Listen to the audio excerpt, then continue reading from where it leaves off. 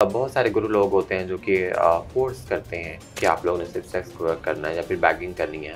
एक मर्द जो है ना एक ख्वाजा सिरा के साथ जो है ना अलग कमरे में ताल्लुक बना सकता है, वही मर्द जो है ना ख्वाजा सिरा के साथ बाहर नहीं घूम सकता। हमारी कम्युनिटी में बहुत सारे ऐसे लोग हैं जो जिनको फंक्शन के दौरान मार दिया जाता है और आज तक जो है ना उन्हें मीडिया जो है ना उस तरीके से नहीं दिखाता ना कि हमेशा ख्वाजा सिरा को एक नेगेटिव रोल में दिया गया है, एक विलन के तौर पर। They are villains, they are beggars, they are sex workers.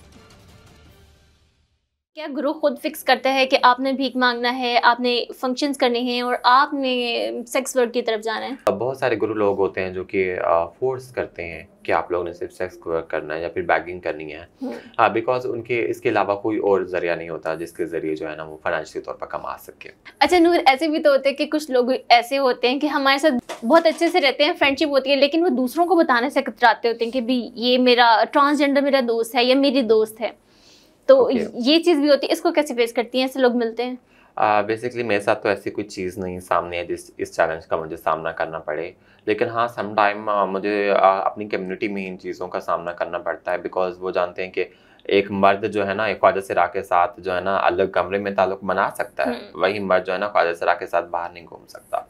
वो कहता है मेरी इज्जत है। तो आपको मैं अक्सर देखती हूँ बहुत सारे ख्वाजा सिरा जो है ना रोड पे खड़े होकर सेक्स वर्क कर रहे होते हैं। वहाँ पर भी तो इतने सारे मर्द आते हैं ना, हज़ारों की तादाद में मर्द आते हैं। मर्द वहाँ पे क्यों नहीं एक्सेप्ट कर रहा था? मर्द खड़े होकर दिन के टाइम इज्जतगार रोजगार क्यों नहीं ख्वाजा सिरा का दे रहा होता? वहाँ पर जो है रात को शलवार उतार लेता है, वही ख्वाजा सिरा होता है ना जिससे वो नफरत कर रहा होता है। वहाँ पर ये चीज़ लोगों को नहीं समझ आ रही होती। वहाँ पे मुझे लगता है कि आज जहाँ का दौर है, अगर आज सोसाइटी हमें मौका दे, हमें जो है ना एक्सेप्ट करे, तो मुझे लगता है कि मेरी कम्युनिटी बहुत टैलेंटेड है। हमारे टीचर्स हैं, हमारे डॉक्टर हैं, हमारे वकील हैं, अब तो जर्नलिस्ट भी हैं। तो कम्युनिटी बहुत स्किलफुल है, बहुत कुछ कर सकती है कि मौका देने के लिए। आपने मीडिया क्यों चुना? मेरा मीडिया चुनने का मकसद ये था कि I want to be a voice of community. Because हमारी कम्युनिटी के स्टीरियोटाइप्स तो हर कोई दिखाता है कि रोना धोना इस कम्युनिटी का, बैगिंग करते हुए, सेक्स वर्क फंक्शंस करते हुए। सो मैं अपनी कम्युनिटी का जो है एक पॉजिटिव चेंज दिखाना चाहती हूँ कम्युनिटी के सामने कि जो है हमारी कम्युनिटी पढ़ी लिखी है और वो बहुत कुछ आगे आगे कर सकती है।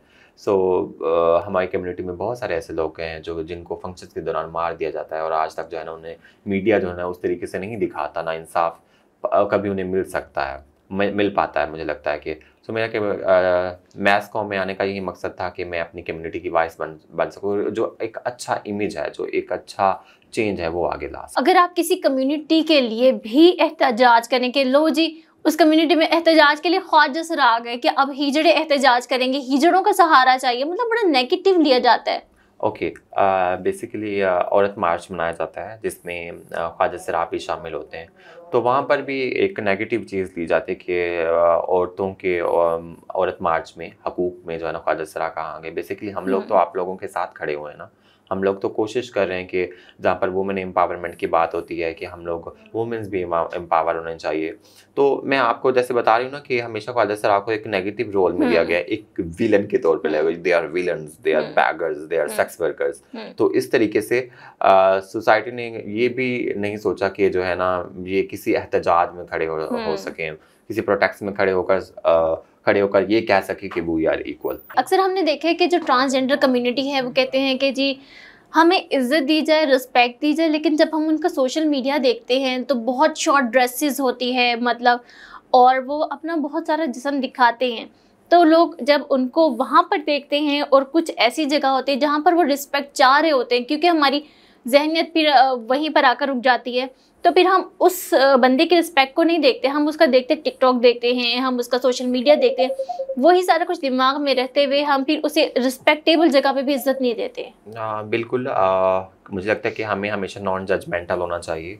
जजमेंटल कभी भी नहीं होना चाहिए। किसी चीज़ जो एक चीज़ नज़र आ रही है जो है ना उसको हमेशा हम जज कर लेते हैं। और मैं बीइंग अ ट्रांसजेंडर पर्सन जब वॉक कर रही होती हूँ फुटपाथ पे, तो लोग यही सोच रहे होते हैं शायद ये फंक्शंस करती होगी, शायद ये जो है ना उस तरीके से बैगिंग या फिर सेक्स वर्क कर रही हो। तो आपको नहीं लगता कि आपका जो सोशल मीडिया है अगर उसको भी आप वैसे ही रखें जैसे आप बनना चाह रहे हैं, रिस्पेक्ट चाह रहे हैं, तो वो भी वैसा हो तो जिंदगी काफ़ी आसान हो सकती है? बिल्कुल, बहुत आसान हो सकती है लाइफ। मुझे लगता है कि हर किसी की अपनी पर्सनल लाइफ है। इवन बहुत सारे ऐसे सोशल वर्कर्स भी हैं, एक लड़का और लड़की की बात की जाए तो वो भी ऐसी बहुत सारी चीज़ें दिखा रहे होते हैं सोसाइटी के सामने, लेकिन उन चीज़ों को हमारी सोसाइटी, हमारी मीडिया नहीं देख रहा होता। इवन कि अगर एक ट्रांसजेंडर पर्सन, एक एक्टिविस्ट है, अगर उसने एक शॉर्ट ड्रेस पहन लिया है, अगर वो उसने एक ऐसी वीडियो बना दी है, तो उस पे मुझे लगता है कि बहुत ज़्यादा उँगली उठेगी, बिकॉज़ हम्म। ऑलरेडी हमारे पास जो है ना इंक्लूसिव स्पेस नहीं है। हम्म।